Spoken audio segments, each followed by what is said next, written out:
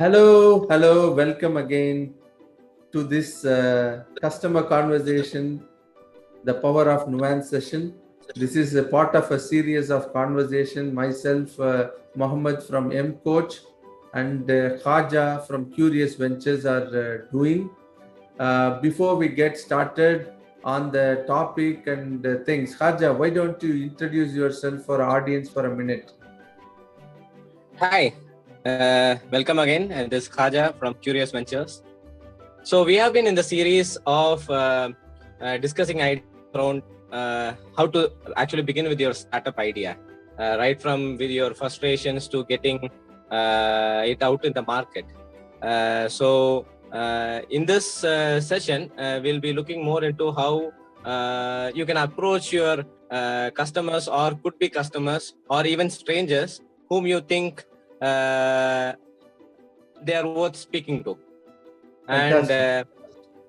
And coming from a background where I have been trying to build multiple products, I hope that I can share my insights with you to make it beneficial. Fantastic, Haja. I think that's a great introduction. Hi, myself again, Mohammed. I'm the founder of M Coach. I also run a cohort based course called Holistic Product Thinking, and I also host a community for all product enthusiasts. They call the Product Circle. You don't know how much I'm excited to talk to you along with Haja. And in the last session, we okay. In the last session, we spoke about the building from scratch today, and our focus was around the mindsets for building a 0 to 1 product. If you have not listened to this, you may not get the continuity. So I strongly recommend you go to this particular video link. I'll put it in the description also below, and then kind of take a cue from there and follow in this particular session, because this is a series we are doing and it is going to be continuous in terms of our conversation. What do you think, Raja? Raja, how do we start this session and what is your first thoughts on the topic of today? Yes, absolutely correct. It's a series. So if you have not listened to the previous part, this part, though you can understand, like it could be kind of like, okay, why did the people start from this part rather than other stuff? So that's why we kind of like suggest you to go back and listen to those. And in the last meeting, we spoke about frustrations, and the importance of connecting with people to know whether they are also having the same kind of frustrations as you, how to validate your frustration first within yourself, and if at all you find there's a need to build a product, okay, what are the most simplest approaches to start with that, rather than spending a bulk amount of money into designing the perfect one, which is not actually required. So they say that the greatest waste is making an effective product for a problem that does not even exist. Fine. For you to be cognizant about the problem and to find the right kind of customers, that is the most important step, or to be precise, that's the first step in your startup journey. That comes way before even your product itself. Fantastic, Haja. I think you had a great quote there, right? The greatest waste is the one where you build the right product for a problem that does not exist. I think no better way to express what we are trying to communicate through these sessions. Just to get you back to the top 5 points we spoke about in the last session, is that great products, great product entrepreneurs don't come out of thin air. They have a culture of a history of experimentation, and that experimentation has got a lot to do with building relationship with people, and then using those relationship to contribute to the larger goal of the community. I think that's something that they do, right? Second thing is these people have their internal frustrations. And most of the time, the best solutions are solutions for themselves. So from that, whatever instinct you have are mostly assumptions, and those assumptions need to be engaged or validated with people who might have similar assumptions. So you engage with people, and then not just to validate whatever you have got to hear. I think before this session, myself and Haja were talking, and how a friend, when Haja advised a friend who was going for customer interviews, and where he told his friend to ensure that you don't validate whatever you believed, rather validate what the customer really wants, allow him to speak. So that's the kind of way we looked at it, and so that that is the way that you can gather critical feedback. And then we spoke about why most people, most engineers, most entrepreneurs try and build software, but the reality is you are not in the business of software, rather you are in the business of understanding customer behavior and changing customer behavior. So to that end, we spoke about the best way to gain exponential leverage is to stick to what you are master at. If you have to learn something and build a product on that learning, it might take you longer than you really needs to be. So I think that's what we spoke about in the last session in an overall perspective. What do you think, Haja? Is there any point that we want to remind our viewers? What you summarized is perfectly fine, and the viewers can very well go and watch the previous video. Okay. In order to save time, I think it's better for us to continue with fantastic. Okay, so now in this session we'll be looking at three of those points, which is to engage with people, talk to people, how we can improve the conversational leverage. Do you have any thoughts? Do you have any leading ideas into our next the next 15 minutes, next 30 minutes? Yes, when I started my product building journey, I made a similar mistake. Let's say product first approach rather than a customer. Fine. So the problem is you could be bombarded with the amount of features that you need to build, comparing the competitor's product out there. Fine. That, before you even speak to a single customer about what they really want. Fine. Being a first time entrepreneur or a person who actually builds the product and the customers for the first time, this is actually a very costly mistake. Fine. You are not there to compete with that established organizations out there. You are there to solve problems or to engage with customers with whom you are actually aligned to. So finding these familiar voices becomes the most important critical step, and not the product itself. Fine. So before you actually go and speak to your customer, you need to first do an assessment of, okay, what is my frustration and where does my frustration actually fall into? Because as I was learning about frustrations, there was one key insight I got from one of the articles. Sometimes we are so so used to the frustration that we are okay with it when compared to taking the efforts to actually solve it. Like the frustration that comes from trying to solve the initial frustration is too much that we let the problem be itself. Like we are used to it. I don't want to solve it. I don't want to take the pains to handle the problem. I'm okay with it. Fine. So you can look at your own personal lives. Like nothing around us is so perfect, whether it be relationships or material. But sometimes we are used to living in a way that they are. Fine. So this is one of the key things that we need to understand. Okay, is the frustration itself worth solving? Okay, I think you touched upon a great point. That is that you might have frustration, but when you try and try to solve that frustration, you might have you might even get more frustrations, which might lead you to inactions. So the most important thing is to ensure or you reduce that frustration in action. When you do the action, you want to ensure there is flow, there is no friction. So to that end, I think, to that end, if customer conversations is the first and most important activity, then the thing here is what leads to such kind of frustrations. What, in your opinion, leads to that kind of frustration in action when it comes to customer interviews?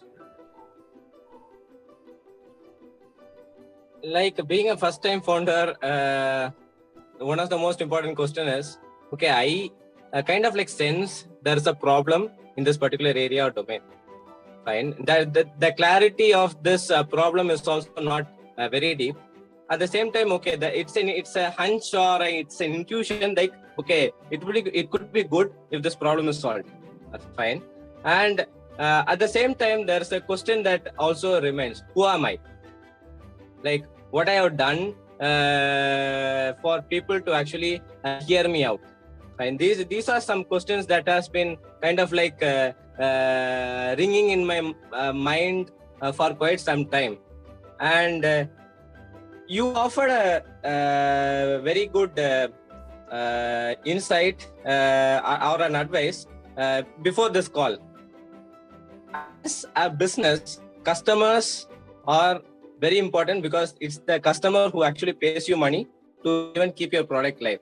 So without people, you are not going to solve a problem. So better get your head out and try speaking with people. And yes, to whom should I actually speak? Yes, I know about my problem personally because I'm the one who is facing it. At the same time, speaking to a complete stranger might be even more difficult. So it is very important that you start with circles that you already know. It can be your family, it can be your close friends, your school friends, your college friends or something, and slowly expand to areas where it is completely strange. Fine. If you don't know any business person to begin with, perhaps your relative might itself be a businessman, or he might know a businessman with whom he is very much acquainted to. So in spite of whatever stupid questions that you ask him, you are not going to be criticized for the same. So it's better not to go into a customer interview with a fear of both your product idea and also a personal judgment about yourself. I think that's a great point, right? The biggest frustration you need to overcome is the frustration of self-doubt. So once you overcome that frustration of self-doubt, what next to do? Now there are two options, right? One, if you are a experienced entrepreneur, serial entrepreneur, you have got a name for yourself. That means that you've got a following for yourself. You've got some kind of influence in the market. Your voice carries a weight. On the other hand, if you are a novice entrepreneur, right? So you are just getting started. Very few people know you in that particular business or in that particular domain. You are a complete stranger to the domain. So you don't have much influence. Your words mean nothing. So the most important frustration a lot of entrepreneurs struggle to overcome, especially when you are going from 0 to 1, is the struggle to become somebody.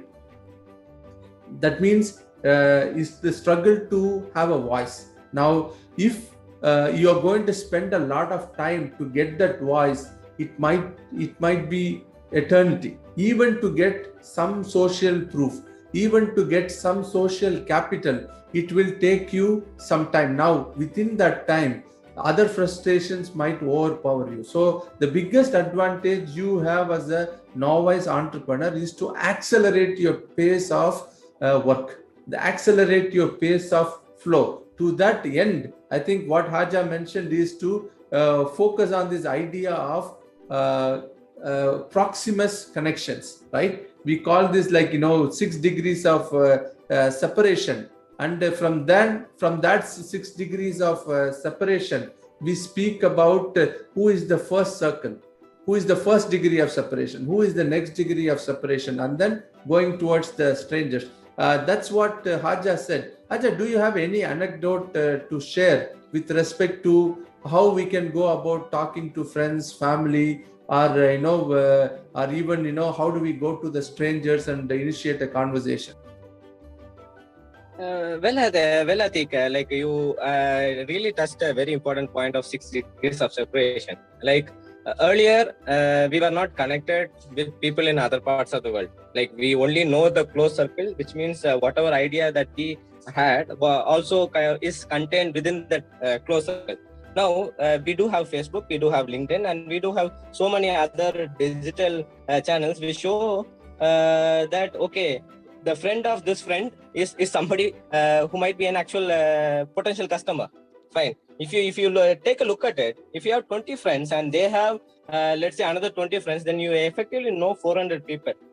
Fine. Or these people can actually introduce to connections and networks which you never even thought about. So that's where the whole idea comes to kind of like limit or contain your self-doubt and focus more on your problem. Start with people whom you are already familiar with, people with whom you don't have problem losing. I was listening to a TED talk yesterday. Fine, it was talking about more about effective communication. Fine. And this lady in the TED talk, she says the people who communicate the right things or using the right grammatical structure are not those people who actually communicate effectively. Effective communication is about not having self-doubt about yourself, but looking at okay, what does the other person get after I have actually completed the sentence. Fine. That's all that is required. It does not require to be the most eloquent English words that you use over there. And she even gave an example. There was a boy who was sitting in front of the the old PC cafes, right? They play games, and this boy was playing a shooting game and he was losing.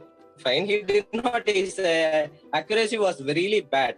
At the same time, there was no frustration in his face. The main reason being there were other 3 friends behind him who are looking at it and enjoying it. Fine, he was not there to prove anything. Fine, the most of the time what happens is that we meet a person and we try to prove that look, I have found a very important solution to your problem. The minute you try to prove yourself, there is your brain itself is watching over you, saying that okay, you did this wrong, you did that wrong, he is not listening to you. There's so many chit chat that you lose the potential customer who is in front of you, or you don't even listen to him to begin with. I think that's a great point. That is that self-doubt slowly creeps in. You start listening to your own Kool-Aid when you have to talk and understand the opposite side problem. Now, having we spoke about this the importance of leveraging outcomes, the other party's outcomes as a mechanism to frame your conversation, how important it is. Now, having said that, right, now the question here is, see, most of the time when we go and speak to people, like recently I went to speak to a few targeted customers at the World Trade Center here in Dubai, where I was having this instinct that they need some help with their course. So when I went to have a conversation, I looked around and people are very busy, and I had to go and engage with them. Now, how will I start the conversation? So I had some doubts around, how do I start the conversation? Then, I had doubts around, okay, whether this person is the right person, whether I should talk to the old-aged person or whether I should talk to the young person, whether I should talk to like a male or should I talk to a female person. So how do I keep the diversity? So I worried about that, right? I also worried about what kind of demographics, right? what kind of demographics these people come from, whether I should worry about talking to people from India, whether I should worry about talking to people from Japan, whether I should worry about talking to people from United States. So the point I was bringing to your attention is that this self-doubt thing is always prevalent. And while I had a good conversation with 10, 15 people, because I was not an authority, because I was a stranger to them, I felt like, I felt chickening out. But still, I persisted talking to them. If you look at the outcome of that conversation, for me, I got some insight. But the thing I realize now is that what is the outcome for them? Maybe that is the thing I should have worried about when talking to them, and it would have made much better conversation, much better sense for them. I think, there's a lesson well learned and well reminded. Thanks, Kaja. Do you have anything to add here? Yeah, when I was also speaking, the word authority does come again and again. Who am I? Fine. We are not in a business, in a product business or whatever it is. If you try to prove who you are, it becomes a fool errand at the end of the day. Because you'll even the employees that you recruit, you kind of like recruit them in a fashion that they always listen to you. So the most important thing here is, are you there to prove who you are, or are you there to actually listen to the other person's problems? Fine. When we again use the word speak to customers, we somehow unconsciously believe that it is I who have to be speaking more. Fine. That seems to be the premise in which we even begin a conversation. Okay, out of 15 minutes, how much time did I speak? But to actually know the problem, solve the problem, and to actually deliver a value, or even if you want to go back to the same person and speak again, the most important thing is listening. Because whenever the other person feels that he was listened to, he'll feel like, okay, there is a sense of happiness that he gets, and there is a sense of value that he feels that he has contributed to you. Which means the next time, even when you go there, he feels, okay, there is something good that he can do in the whole process. But when you are pushing your idea or shoving your idea into his ears, most of the time what happens is that there is a disconnect that forms very quickly. Fine. Once the disconnect happens, it only fuels our self-doubt again. Okay, did I make some mistakes there? Did I speak something wrong? What should I have done otherwise? So the thing is, you are out there to listen to your customers, and you have to actually listen to your customers as long as you are in the process of building products and solving problems. Because if you stop listening, then there is nothing to solve. Because you are completely blocked by your own biases. I think that's a great point. So I think that leads to our question. Now, who is our customer? This is a thing that, we use the term customer very loosely. According to me, customer is somebody who has paid money to you and you are obligated to provide a service. Most of the time, we are talking to prospects. This distinction is very, very important for me, and I realized late in the game that by using a language of customer to people who we expect to buy, I think we are getting into this mode of very salesy nature.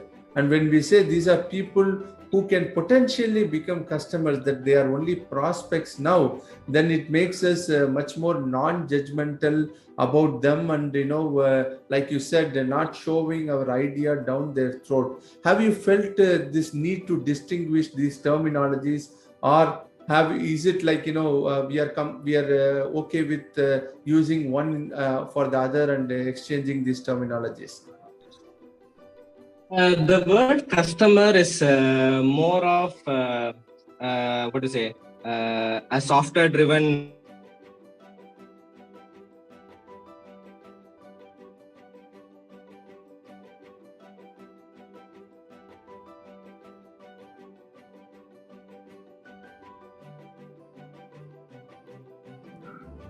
I think we are lost Haja for a second. Okay, so let me come back.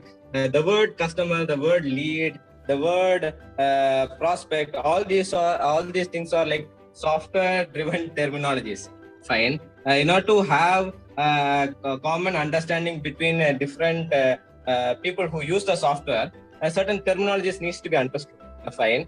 But as a person who is trying to actually get into the business of creating a product, who has no customers to begin with, because the word customer comes when there is somebody ready to pay to you. Fine. It comes when somebody received a quotation from you or an order from you. Whereas we that is not a stage that we have actually entered into. Fine. You are in a process of validating your frustration and making sure, okay, is this frustration that is prevalent across across different segments of people. Fine. So the word customer is yes, it's an appropriate word, but when we actually start the journey of creating products, it might not be the best one to use. Okay, I think that's a great point, right? So it may not be the great. So what you're trying to do is you're trying to have a conversation with prospects who you would love to convert into a customer, and you are only having a conversation with that prospects. And now who that prospect can be, I think, is a question, right? I think we spoke about this. This is Haja, allow me to speak about this particular frame. Here, what we are saying here is that when we talk to prospects, we are either talking to individuals who can be prospects, or we can talk to team of people who are already working together. These prospects can be familiar to us, or these prospects can be completely strange to us. Meaning to say, when I talk about familiarity, the extreme of familiarity is you have a very strong relationship with them. The extremeness of strangeness is like very awkward situation with them, right? So that's a potential, and it can happen with you with individuals or teams. Now, a lot of the time when we try and talk to prospects, we assume we are talking only to individuals. Have you ever felt like that, Haja, that we are only talking to individuals, but the prospects could also be teams of people? Yes, definitely. Because even when we are trying to buy something for our own home, fine. In a business context, it's understood. Somebody is an accountant, somebody is a finance manager, somebody is a purchasing manager, and somebody is the CEO of the company. Fine. When there is a product that is sold to a business, the team structure definitely comes into your mind. Fine. Whereas when you are trying to build a product for a let's say a consumer, most of the time we kind of like forget, okay, for a person to buy a mobile phone, that decision is influenced by so many other factors. If the person, let's say, is a person of an older generation, he might call and ask his son or daughter regarding this. Look, can I buy this mobile phone? Or even if he is of the, let's say, in a younger generation, he might want to validate his purchasing decision with his friends. Fine. So decisions don't happen mostly alone. They happen together, and these people in a consumer context can also be termed as teams. Oh, that's great. So I think the reason why I wanted to speak about individual prospects and team prospects, along with that, familiarity and strangeness. Here is a story that I read about Mr. Rahul Ora, who is the CEO of Superhuman. When he started his journey for Superhuman, he was already a successful entrepreneur with an exit, and then he leveraged that charisma, or that influence that he had already over a few set of people, and he published a thought leadership publication. So from that publication, he got a lot of strangers, or people who follow him, some kind of strangeness, but still they know him. So those people into a funnel to have a conversation about this next product called Superhuman. But when it comes to early stage 0 to 1 product builders, we neither do we know a lot of people nor a lot of people know us. Now, in that kind of situation, what would you advise? Whether you advise talking to individuals or whether you advise talking to teams of people, where do we really get started talking to the first prospect in our journey? Okay, let's imagine that you are trying to build a business product, a software product. Fine, that is going to be used by business. Fine. Definitely, this whole idea is coming because you have been frustrated with a certain process or a certain product that's already in the market, right? And when we talk about familiarity and teams, I could say like any person who has used that domain of products that you are also trying to use is already familiar with you. Yes, you don't know his name, you don't know his background, but you both have something common to converse. Fine, that's what familiarity means. Fine, it's not like you speak a totally different language and he does not understand anything. Fine, he's a human at the end of the day who has certain familiarity in the context that you are trying to create value. Fine. You're saying that Let's say that familiarity can be driven by shared interest.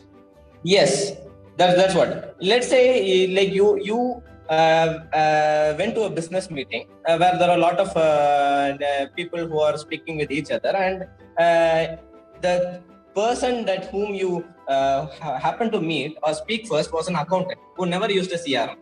Fine. He has been using an accounting software. Fine. But at the same time, he definitely is in connection with some of his friends who could be actually in the same meeting who are using CRMs. Right? So the familiarity here is, okay, both are trying to make businesses better. The more overlaps you find, the more lively the conversation is, because both people share interesting ideas. But even if it is less, the person might be able to give a quick connection to the person of your interest or similar interest. So even when it comes to teams, yes, you are going to first approach an individual, and let's say the individual whom you got to meet is not the right person yet. If you engage in a conversation with him, he might be able to guide to the right person whom he knows. So it all begins with an individual, and at the same time, you have to start with territories that you are familiar with. Okay, I think I understand your point, Haja, that we have to that it is most got to do with a lot of shared interest with people, and then land and expand, talk to individual, and then ensure that can lead to conversation with the group of people. That's something that I understand, and it is much better to initiate a conversation with familiar prospects rather than complete strangers, because the amount of work that you have to do in order to get there is really high. Because typically prospect interviews or prospect conversation or prospect research takes anywhere from 2 weeks to 6 weeks to 1 year. Now, as a startup, as an entrepreneur, as a very early stage 0 to 1 product builder, we are trying to reduce that gap down, and we are trying to enhance our runway so that we can do the most effective user research at the shortest time possible. Now, having said that, do you have any last points on this particular topic, Haja, before we can jump to the next one?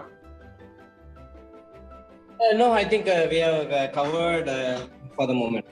Okay, I think, guys, just to summarize what we spoke about, we touched upon our last session. and then where we spoke about the need to talk to people and engage with people. In this session, we took on that particular concept and extended it to talking to potential people who we call prospects, and those prospects, if they are within our familiar range, within our first degree of connections, it will be most effective. And then just stay tuned, we'll be going to the next session. Thank you so much.